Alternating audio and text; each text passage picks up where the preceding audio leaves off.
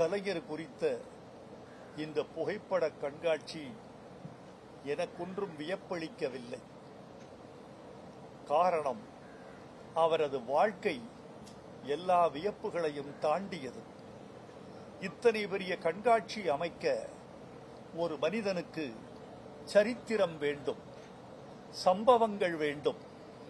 எல்லாவற்றையும் விட தலையாயது ஒரு மனிதனின் சம்பவங்கள் தனிமனித வாழ்வோடு சம்பந்தப்பட்டவைகளாக மட்டுமல்லாமல் சமூகத்தோடு சம்பந்தப்பட்டவைகளாக இருக்க வேண்டும்.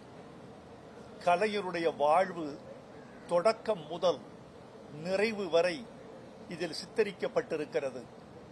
அவர் தொடக்க வாழ்க்கையே மொழிக்கானது, நிறைவு வாழ்க்கை இனத்துக்கானது.